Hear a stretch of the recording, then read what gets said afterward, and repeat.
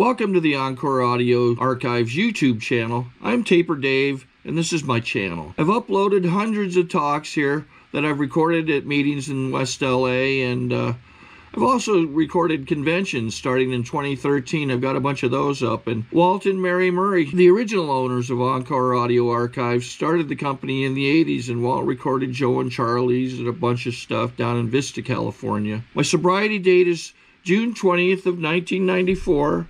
I hope you find something you like, so please like and subscribe to my channel and comment down below.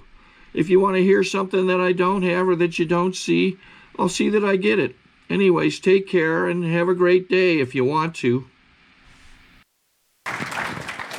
Thank you, Rob, and thank you to the NCCAA committee for asking me to be here. My name is Jen C., and I'm an alcoholic.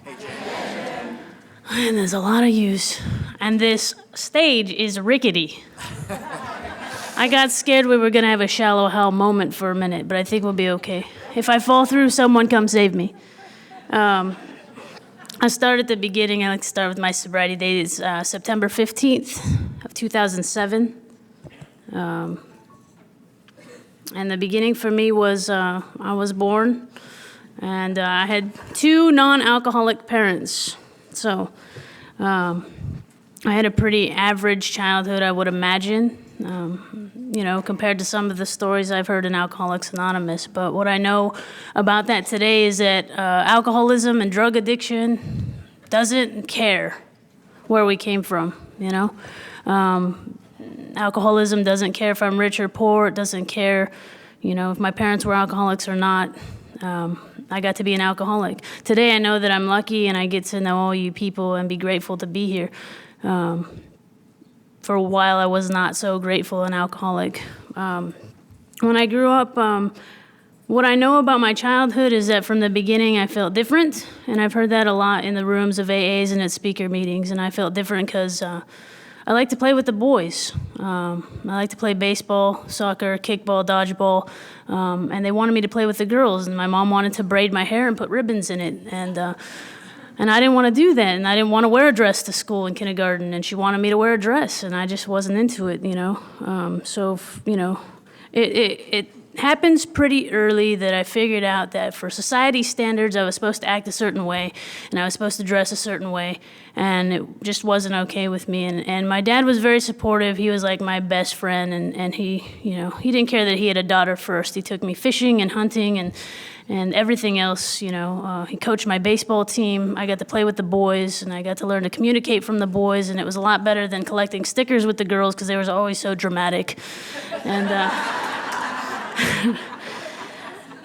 and so I like that, so I was an athlete from early on, but I know that I felt different, and from the earliest of ages I can remember wanting to change the way that I felt, because for me, my feelings, I could deal well with two. I could deal well with happy, I can deal well with angry, and that was about it. And it took a long time, and even a few years sober to even realize that I can do happy and angry and nothing in between. And anyways, I grew up, I was an athlete, I can remember being the cousin at the, I say this, I come from a traditional Mexican family, which means that at every event or family gathering, we have kegs of beer. If it's a 2-year-old birthday, then it's 2 kegs. If it's a wedding, it's 4 kegs, and if it's a funeral, it's 6 or more. And it was a huge family, And what I know about, today is that both my grandfathers were alcoholics, and there's a genetic predisposition that I had starting out that led me to these rooms. And I know, too, that, watching, going to any event, Easter, wherever, and watching, what was my totally depressive, drunk uncle gets super duper happy when he stood by that keg. There was something magic in that keg that happened, And and then they, a few of my uncles would get really drunk, and then they'd sing songs in Spanish with a half-broken guitar and just be ridiculous. And I thought, that looks like fun. The way that it went was, I spent a lot of time in junior high looking for ways to change the way that I felt, but never really came across anything but those kegs at the family gatherings. And my first unattended session with alcohol where there were no friends to tell me how to drink and there was no parents or adults to hide from, was when I was 14. And I was babysitting down the street for my neighbor, and I came across some Canadian whiskey, and I mixed it with some strawberry soda. And yeah, it was really disgusting. But I did it the way that I wanted to. I drank as much as I wanted to until I felt that, you guys all know what that feeling is, you know, that like I can breathe. I can breathe finally, and there's not a care in the world for me right now. And I drank until I thought that I was good, and I was good. And the kid was sleeping already. I had enough sense not to drink while he was awake. That was early in my drinking career, though. And so the parents came home. I got my money. I walked down the street to my house, and my parents were home, and my little brother was there. He was about 9 because I was 14. And I sat in the living room and I watched Beverly Hills 90210. Because that's what we did on, I don't know, it was Friday night or something. My parents were on the couch behind me, and the whole room started to spin, and I knew I was in trouble. So I crawled out of the living room down the hallway, and I was a really weird teenager, always doing something out of the ordinary, so my parents didn't even probably notice until I fell in the bathroom, hit my head on the toilet, threw up everywhere, and all I remember about that event was my dad breaking the door down because I had locked it, like breaking it open, my mom crying, "We should take her to the hospital," and I was like, "I don't want to go to the hospital. I need to go to bed." And I remember waking up the next day in my softball T-shirt with puke on my shoulder and like in my hair. And I was like, man, that really sucked. But I'll probably do it again, And my punishment the next morning was to go to school. So it must have not been a Friday night. I had to go to school. And I was sick. I was sick all day. I was sick, especially in geometry. And I don't know if it was just the geometry or the hangover, but I was really sick. But I knew that I would do that again, and I knew that the next time I would just not drink whiskey. So my whole entire drinking career, I never drank whiskey, unless it was an absolute necessity. But I hated whiskey. I was an athlete, like I said, so in high school it was necessary for me to keep my grades at a certain level, and we would party and we would do whatever, and then softball season would come and we'd get our stuff in order and we'd be really good athletes, and so I was like varsity my sophomore year, and I would get my stuff in order, and I would keep my grades at a level where I could always play because that was my passion, sports, and it was softball. It was baseball, softball, all year round, and that's what we did. We did summer league, travel ball. My dad would take me to wherever we were going, and that's what I did, and that kind of kept me in check for, my drinking in check, because I had to maintain a certain level of, okay, so that I could play.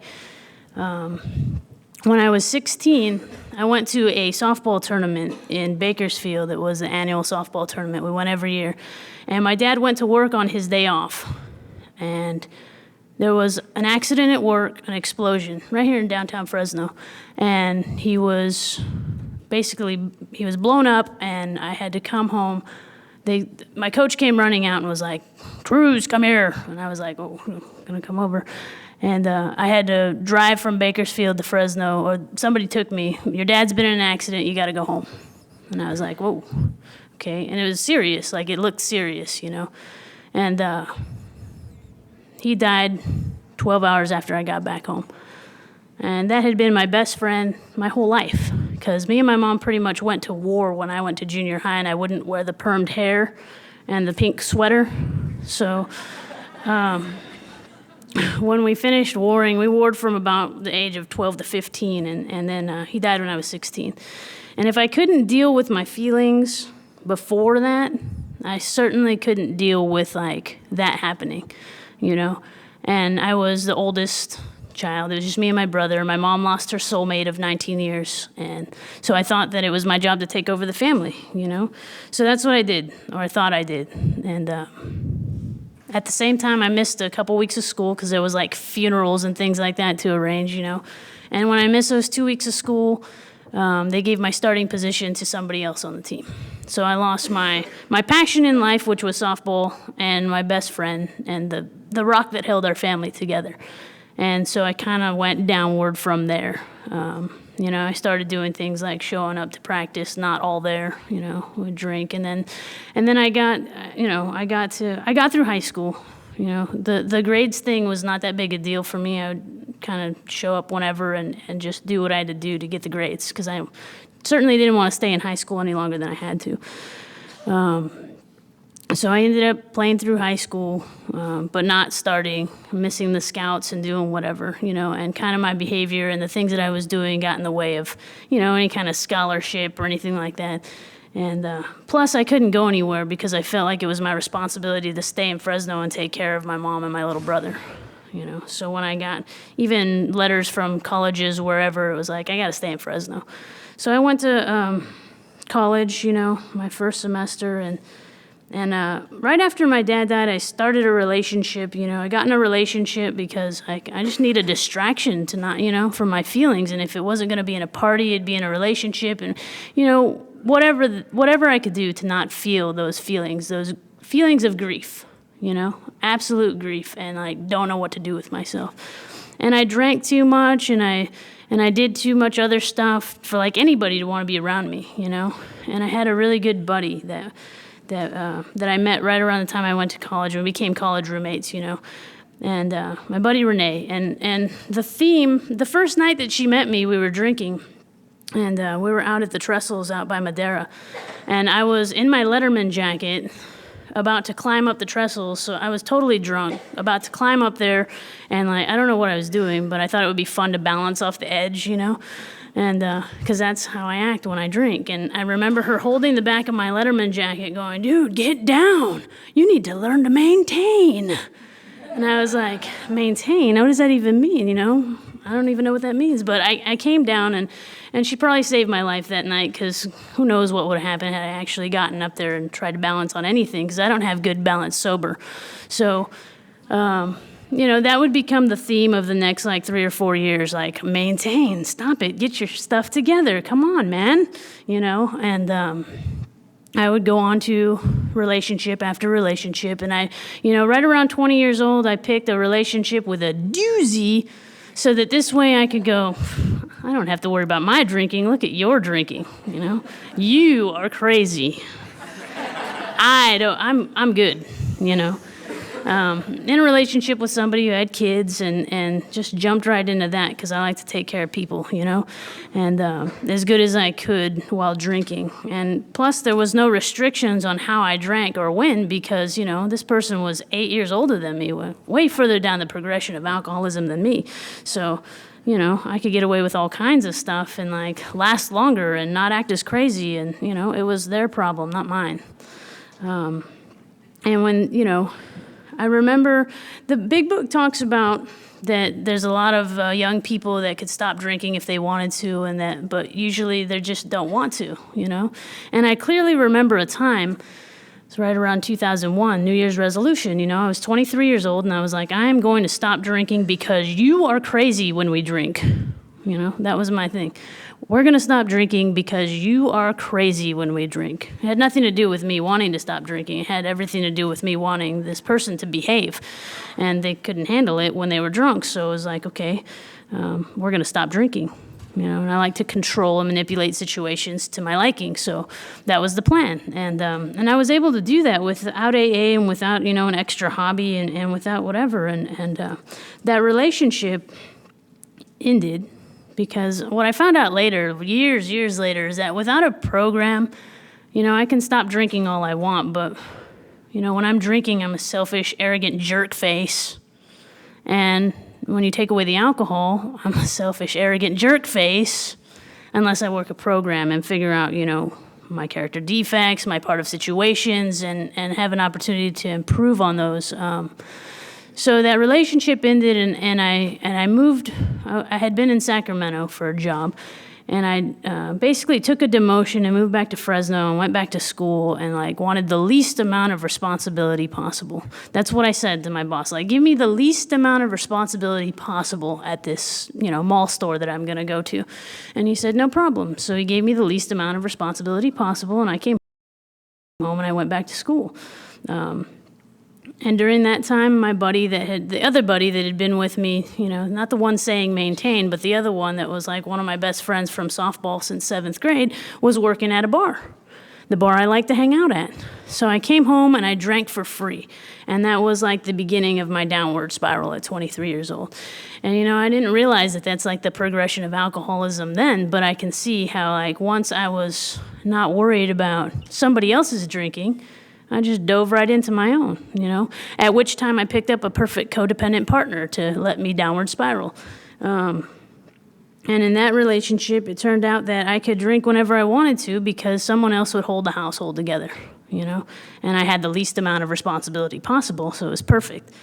So pretty much I, did what we do and drank and drank and drank and drank and drank, trying to kill myself until I drank myself right into a detox at 27 years old. And at that time, I had lost my job or quit my job because I'm sure they were onto me, and went to work for that buddy Renee's that buddy, her girlfriend at Taco Bell. So I was an assistant manager running shifts of 20 people, drunk most of the time, and all of the time by then, And I had called her one night and I said, you know what? I can't stop drinking, no matter what I do. And she's like, oh, you got this. Don't worry about it. Just maintain. Just don't drink vodka anymore. It'll be okay, So I'm like, okay. So she convinced me that I was all right, And a week later at Taco Bell, during dinner rush, we ran out of beans and I lost my mind. I lost my mind. How could we possibly run out of beans at dinner rush, And I didn't even think of the fact that I could go down the street 2 blocks to the other Taco Bell and borrow beans, which is what we usually did. So I called and I'm like, I'm an alcoholic. I got to go to rehab. You don't understand. We're out of beans. And so that happened.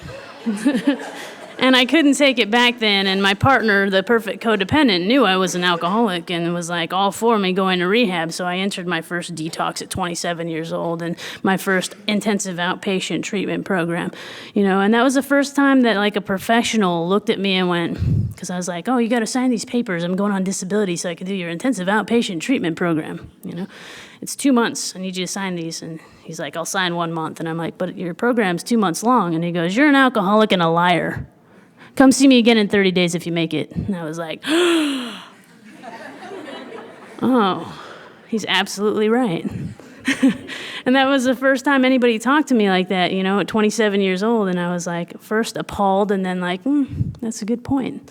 So I got into that program and I had this amazing therapist and I started doing some of the stuff they told me to do. And I was convinced that like, I'm never going to drink again. Like, I don't ever want to go there again. I'm not ever going to do this again, And they told me to do all this stuff. They said, get a sponsor, go to AA, go, do all these meetings, do this stuff. And I went to AA and I got a sponsor.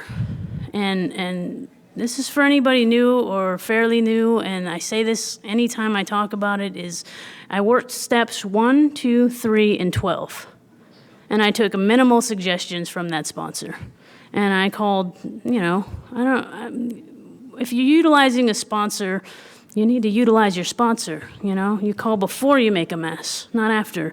And I did a lot of that, like making a mess and then calling and go, well, what do I do now, And the way that it turned out was, I didn't change my behavior because I never figured out what behavior was causing me to pick up a drink because I only worked steps 1, 2, 3, and 12.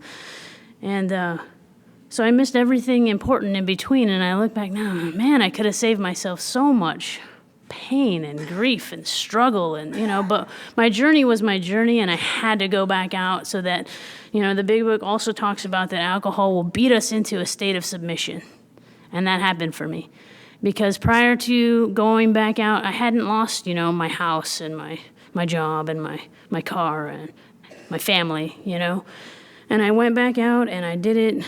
The way that it happened was I didn't change my behaviors, and I started lying.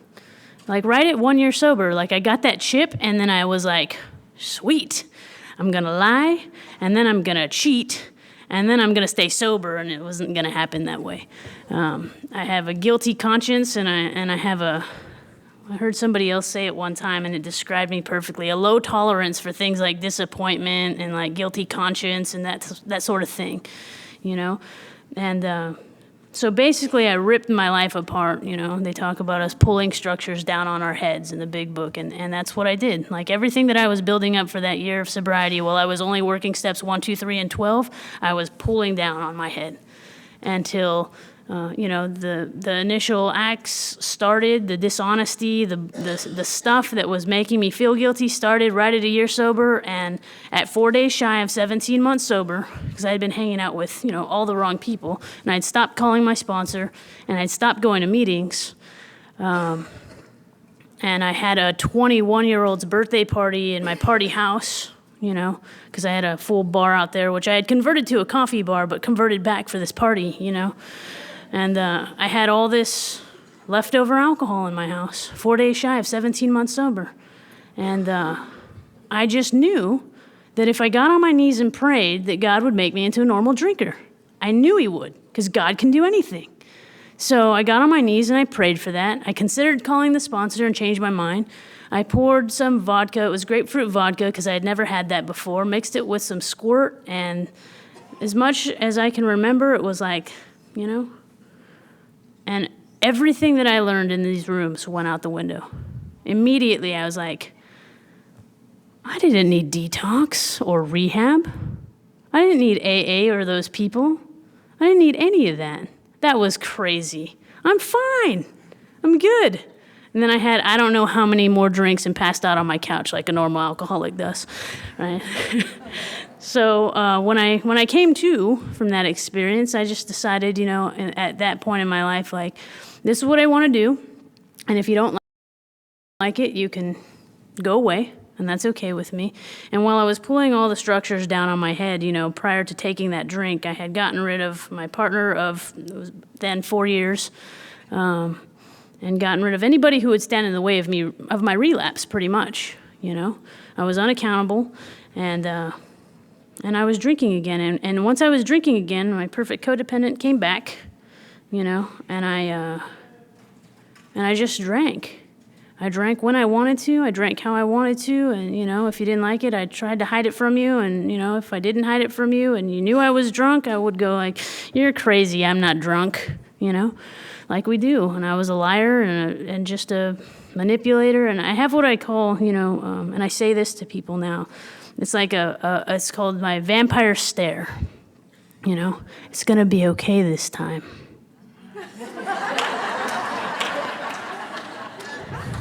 Don't worry about if I've been drinking this morning. You know? And that works on a good codependent. I'm telling you, they believe anything you say. It worked for me. It could work for you too. So I'm back in this relationship with my perfect codependent, giving the vampire stare every time I get in trouble, you know, begging for forgiveness every time I do something stupid, you know, and life just keeps going. And I find myself, you know, drinking another year, lost my job, lost my house. But the codependent's keeping up with like other parts of the deal, you know, like gets us licensed through Fresno County for foster children, you know. And I show up to the classes because that's what we're doing. So, you know, she's in charge, and you know, we're doing that, and something happened, and it was in 2007, and I had lost my job, and I had changed jobs because I am highly employable, right? Actually, I just know people who feel sorry for me and will give me another job. So I got a job, and it was part-time, and I'm working, and I'm drinking every day. And I want to stop drinking because I know eventually there's going to be like kids in my in my care, you know. And I want kids, and I want like all the life. I just don't want to work very hard for it, and I certainly don't ever want to go back to AA. Ever, you know, like I was like, I'm never going back there.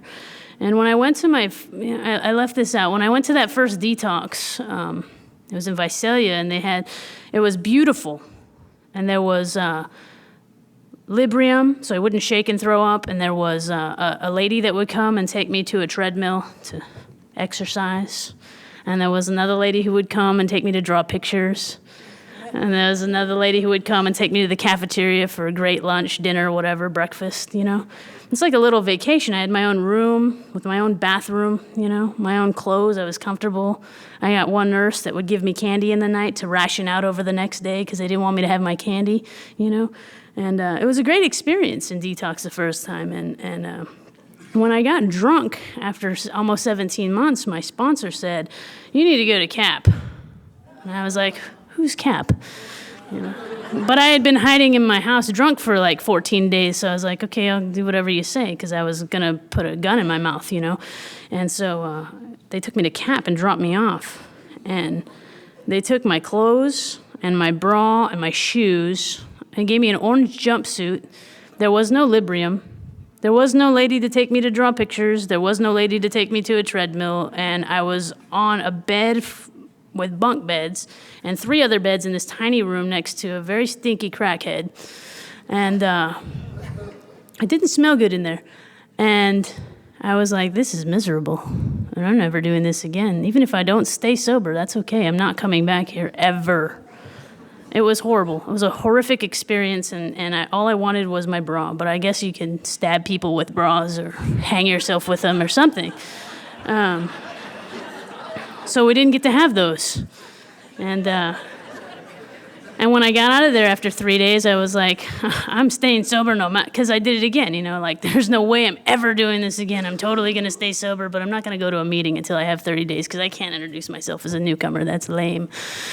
And I got drunk about 45 days because I didn't ever actually make it to AA, you know.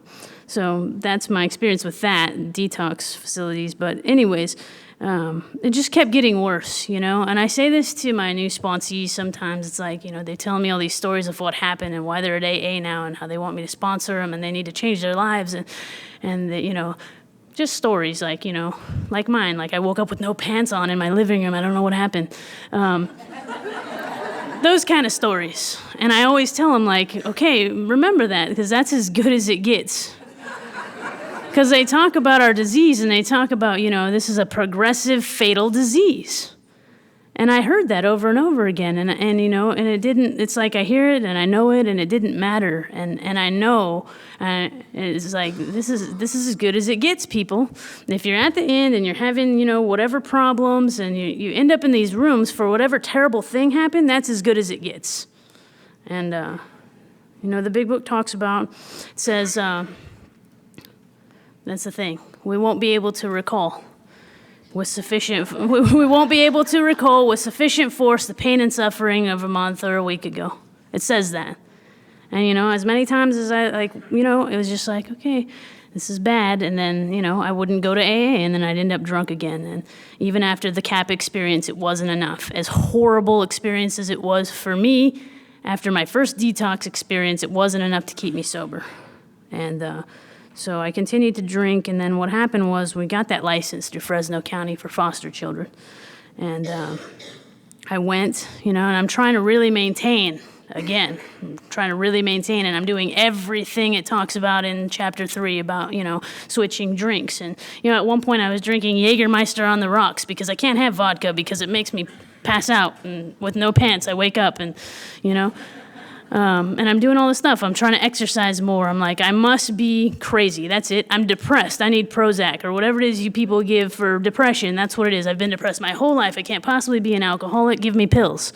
And, you know, everything that I can do. I would rather admit to being, like, mentally ill than an alcoholic, you know?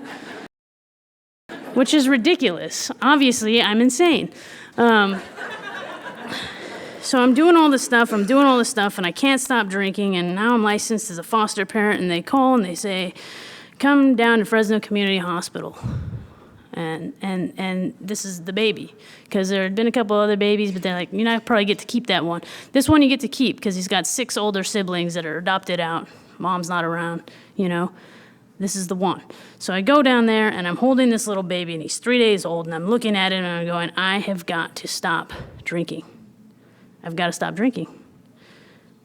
And he's looking at me, and I'm looking at him, and I know that I'll never be the parent that I want to be, or the parent that my parents were to me if I don't stop drinking. And every day for 29 days, I said, before my eyes even open in the morning, I'm not going to drink today. And every day when I'd head out for work, my car would drive to the liquor store.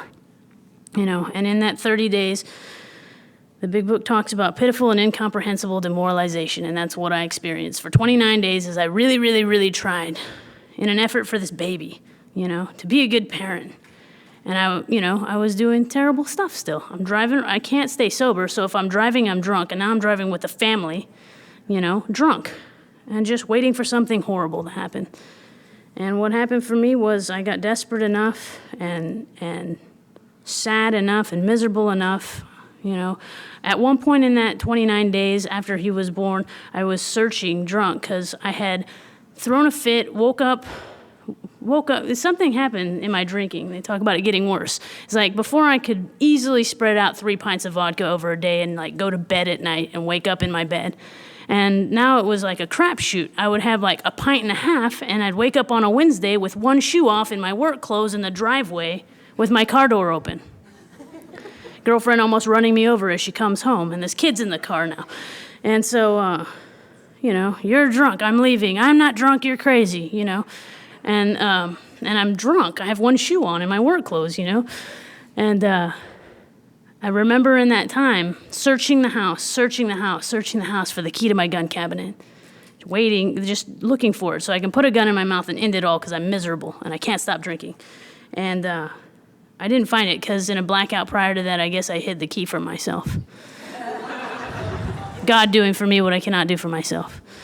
And so I didn't get to kill myself, and then I got really miserable enough that I was like, okay, it's Friday morning, it's 6:30 in the morning, there's a meeting down the street at Sierra Fellowship, and I walked in and I was drunk.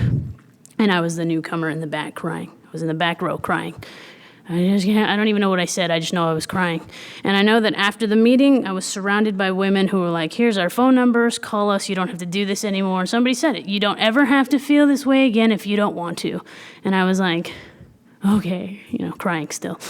And, I tried. My plan was to go to work and get through the day, detox over the weekend, and then really start working this program. Well, I got to work, and I drank more on the way there because I had to. And by halfway through work, I was like half in a blackout, and I was like, this is it. I have to just go tell my boss. I give up. So I walked in his office and said, I need help. I'm an alcoholic. And he got on the phone, and I immediately changed my mind and tried to escape. Because we're crazy, that's why. Luckily, he'd already taken my keys, my cell phone, and my wallet off my desk, so I couldn't go anywhere, and he kept going, sit down! And I was like, shit, I guess I better sit down. So I ended up at the FRESNO Community Hospital, and I ended up blowing like a .29, and I hadn't had a drink for like 5 hours, so I was a pretty good drunk, And I remember the perfect codependent coming down with her mom and like fighting with me and making it worse. And I don't know if she made it worse or not. I just know that's how it felt. And I was like, please just leave me here. And I spent like 8 hours in FRESNO community waiting room with a guy with a stinky foot in a wheelchair and like just going, what am I doing? What am I doing here? And I called down that list of people, and 2 girls came and picked me up from FRESNO community and took me to my mom's house, and there was no alcohol there. They knew it'd be safe, and I'm like, yes, I'll sleep here and I'll call you in the morning. And one of those girls ended up being my sponsor. I lasted, I was really sick over the weekend, but I got to a meeting and I found her and I started calling her, and I started going, where do I go? What do I do? And she would go like, give me the wrong directions to a meeting on a Monday night. And I would go and, my alcoholic mind says, forget this, just go home. And I remember being so desperate to get to that meeting, and I remember too that I still didn't have my wallet, my phone. I had like my keys, and I had like $1 in my pocket. And the only thing on the corner was a liquor store and a payphone. I'm like, well, I gotta go in the liquor store. So I'm like, can I please get change for this $1? And they give me change, and I call, 411, and I ask for the number for central office, and I have nothing to write with, and my head's all cloudy because I'm like 3 days sober, and I have Tums in my pocket, and I take the Tums out, and I use it like chalk on the side of the phone booth, and scrape the number to central office in, and then call them and go, where is this meeting? And they tell me where the meeting is, and I show up, and I'm like 15 minutes late, but I got there. And I tell that story about when they talk about being willing to go to any lengths to stay sober, because that was the beginning of it for me. Because the old me would have been like, forget it, I'm going home, I'll talk to you later. you AA people don't give good directions, I'm never coming back, you know? So I made it to that meeting, and I started talking to her, and I started doing the stuff that she would tell me to do. And I hadn't even asked her to sponsor me yet. And at that time, she had like 9 months sober. But every single thing that she told me, first thing she said was, the answer to all of your problems are in this book. The first 164 pages, you should read it. And I was like, what are you talking about? The answers to my problems are not in that book. I've read that book, you know? And but she kept saying that. And every time I'd call her and tell her what was going on in my life, she'd go, you should probably read page blah, blah, blah, blah, blah, and then call me back. And I was like, so I asked her to sponsor me, because I'm like, I'm a smart aleck. If it's not in a book, don't tell it to me at that time, you know? And every time she kept saying stuff, it was in the book, and she'd go read this and call me back. And so I was like, will you be my sponsor? And she was like, yes. And I was like, great. What do I do? You know? She's like, we're going to work the steps. And I was like, man.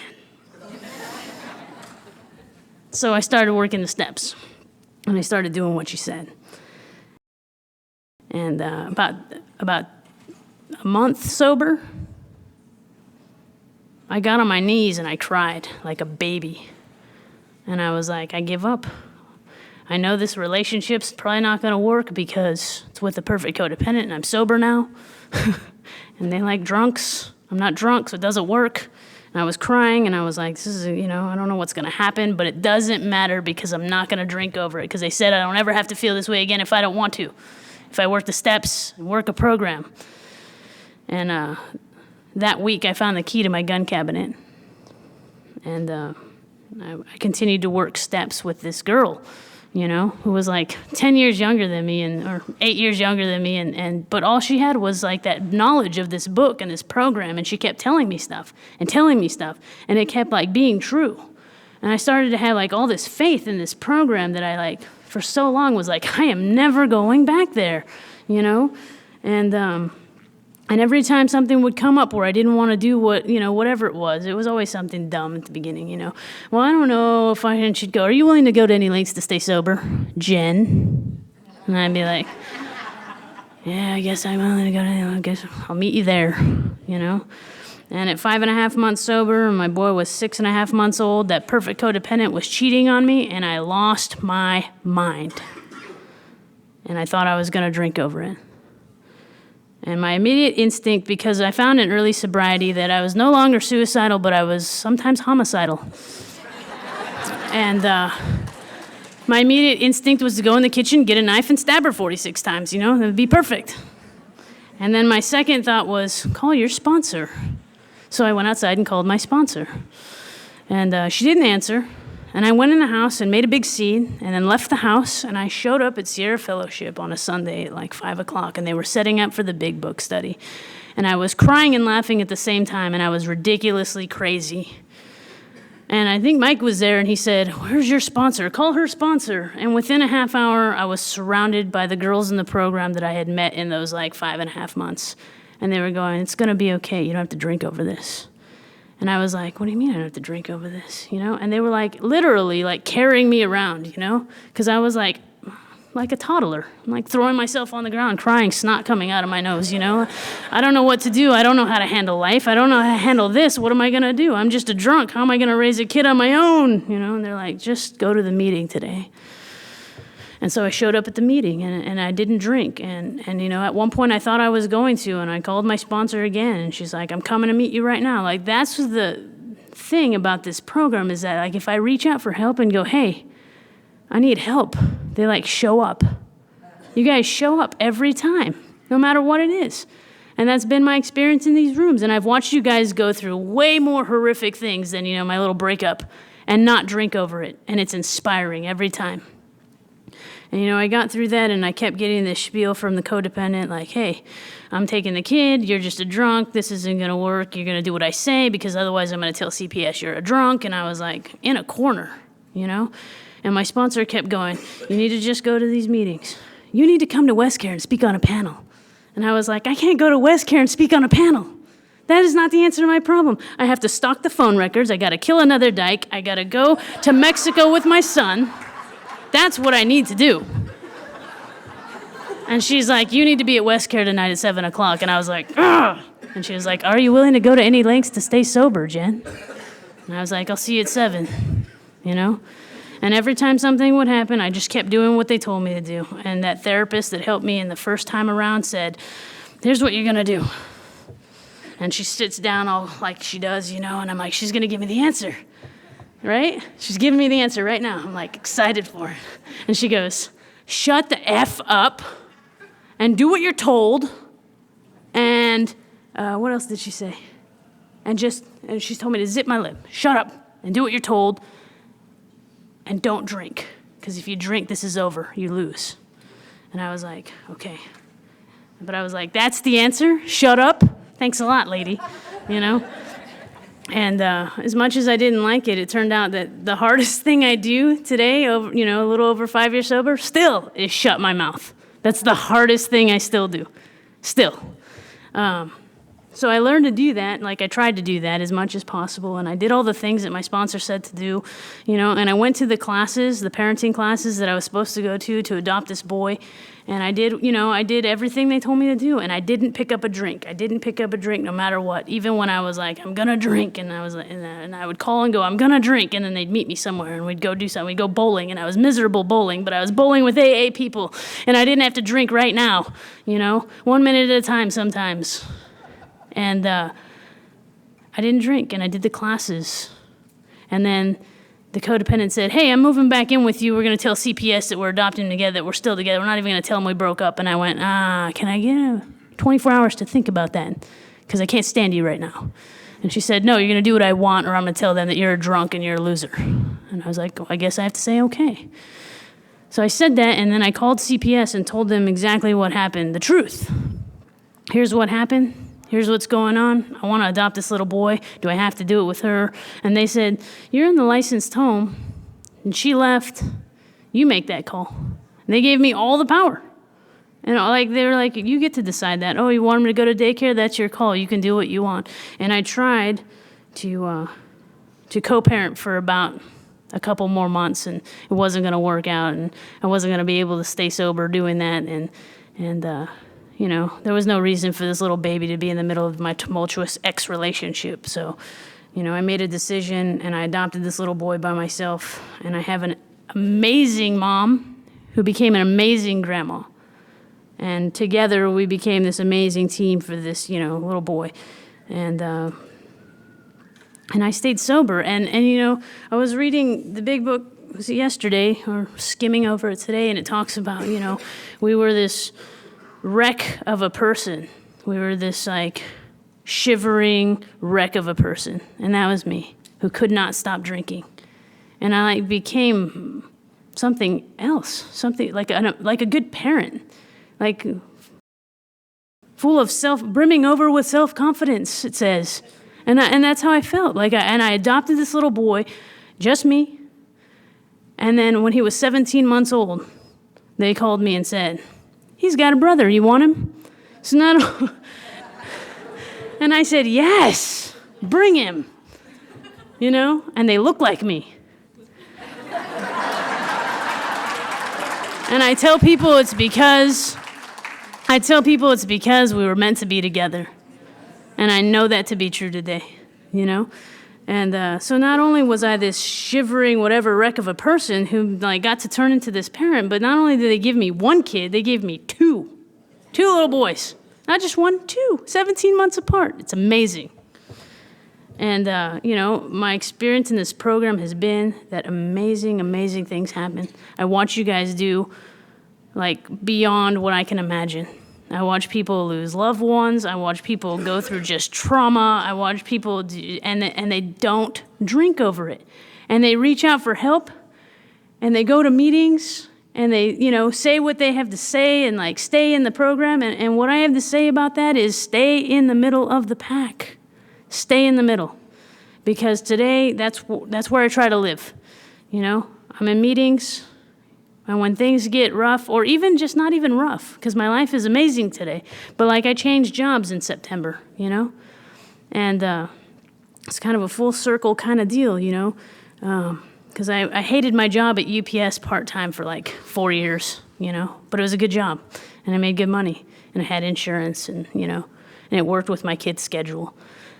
And I decided to go back to school because I was like 8 classes from a psych degree at State. And I had to go back to City because my GPA was crap because I was an alcoholic. I spent all my time at the pub at Fresno State, you know?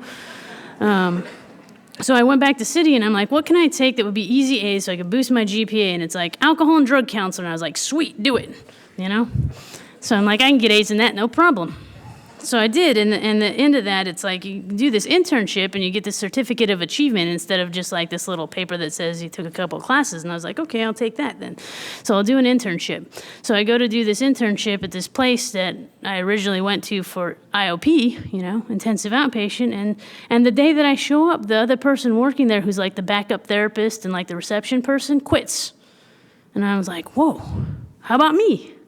You know? And they're like, that's a good idea. But it turns out it's less money and all this stuff, and you don't get benefits. And I was like, oh, let me, you know, I really want to do this. Let me think about it. I need to pray about it. I got to figure out, you know, if it'll even work. And I get in my car, and I'm trying to work out this stuff for my boys in the daycare. And I look at the ceiling of my car, and I go, if this is my purpose, you better do something. Anybody home? You know? And the next day, I'm just like, you know, whatever's going to happen is going to happen. I'm not going to stress out about it. And I call the office manager. I go, look, I really want this spot, but, you know, here's what I'm working with, and here's what you're offering, and I kind of need insurance. But, like, I don't know what you can do, if you can do anything, but, you know, let me know. We'll meet tomorrow. She's like, yeah, come in. We'll meet tomorrow. I'll discuss it with the boss. And I get there, and she goes, we really like you, and we're going to give you more than you asked for and benefits. And I was like...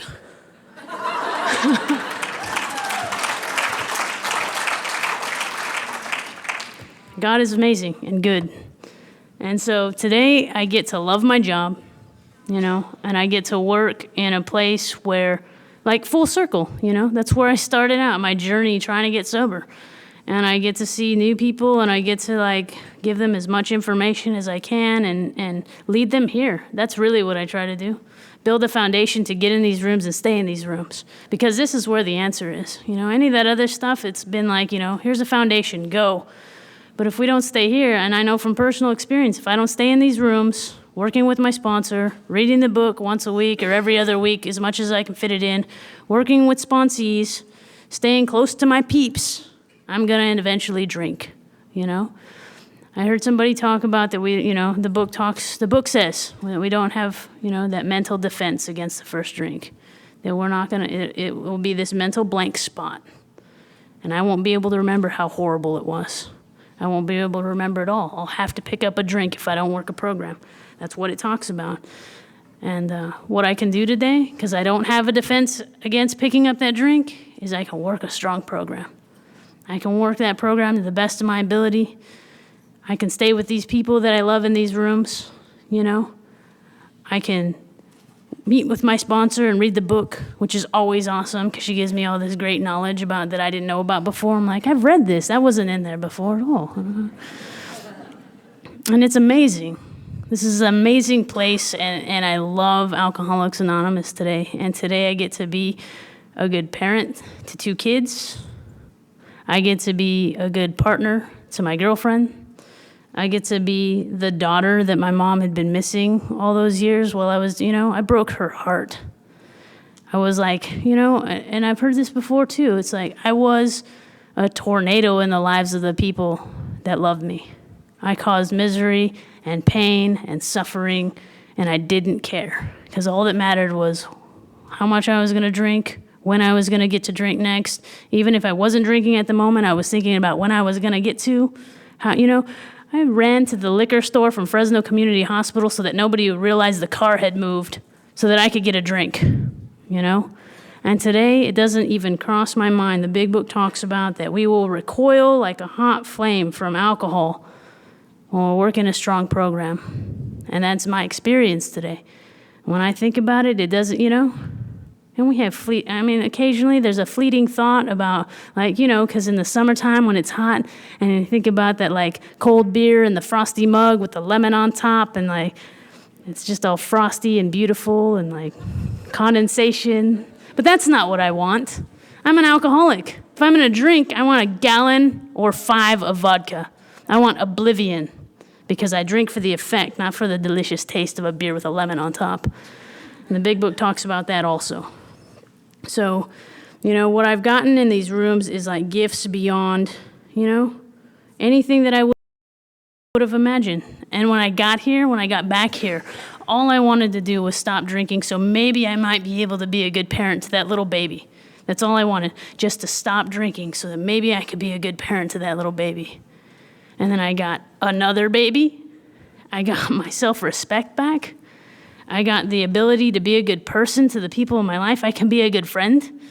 I can be a good girlfriend. I can be a good parent. I can be a good sister to my brother, you know? I don't have to shove AA down his throat if he doesn't want to be sober today. I can just go, I love you. Call me if you need anything. And be an example of what AA does in the lives of us if we work a program and stay in the middle. And it's been the most amazing experience I've had, and the people in these rooms have inspired me more than anything that has ever inspired me in my life. To watch you guys stay sober through the stuff that hurts us. Because this is life, you know, and stuff happens, and I'm sure more stuff will happen. But I know where I need to be today so that I don't have to drink over it. And I know that without you guys, I'm dead in the water. So that's important, you know. And the last thing that I want to mention about the big book in regards to that, in regards to staying in the middle of the pack, is it talks about, you know, what am I going to do? Am I going to be stupid, boring, and glum now that I'm not drinking anymore? And it says no. And it's like, have you a sufficient substitute for my alcohol? And it says yes. It's a fellowship in Alcoholics Anonymous, and it is vastly more than that. And it talks about, you know, that we're going to have these friendships beyond anything that we've had, and this camaraderie with people because we were all in a place of complete darkness. We were in a place where we should have been dead. Like, by all the rules of this world, I should be dead or locked up somewhere. But I'm not. And you people in this room know what that's like. You know what it's like to be at the bottom and, like, rise from that. So the camaraderie that we share is, like, beyond anything that we get out there in the real world. And that's been my experience, too. So for the newcomers and anyone fairly new, get a sponsor. Don't just work steps 1, 2, 3, and 12. Work them all so that you get the opportunity to see where your behaviors lead you to that drink. And that's what we get, an opportunity to see how we can change and be better. That's all I get. A daily reprieve contingent upon my spiritual condition. And again, I want to thank NCCAA and everybody for being here today. I see a ton of faces of good friends that I love very much. Thank you.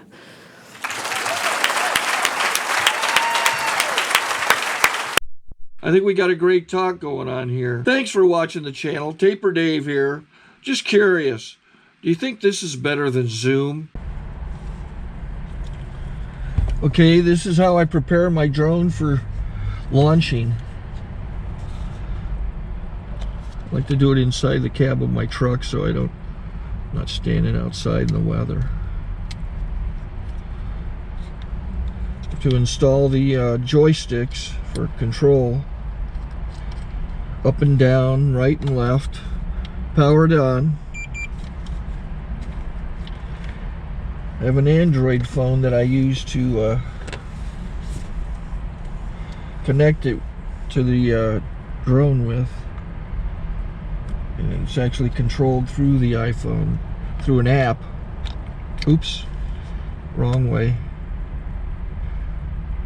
It's actually controlled through the iPhone, or through this Android phone, through the app. It's actually controlled through the Android phone, through an app, and you connect it through this short connection right here.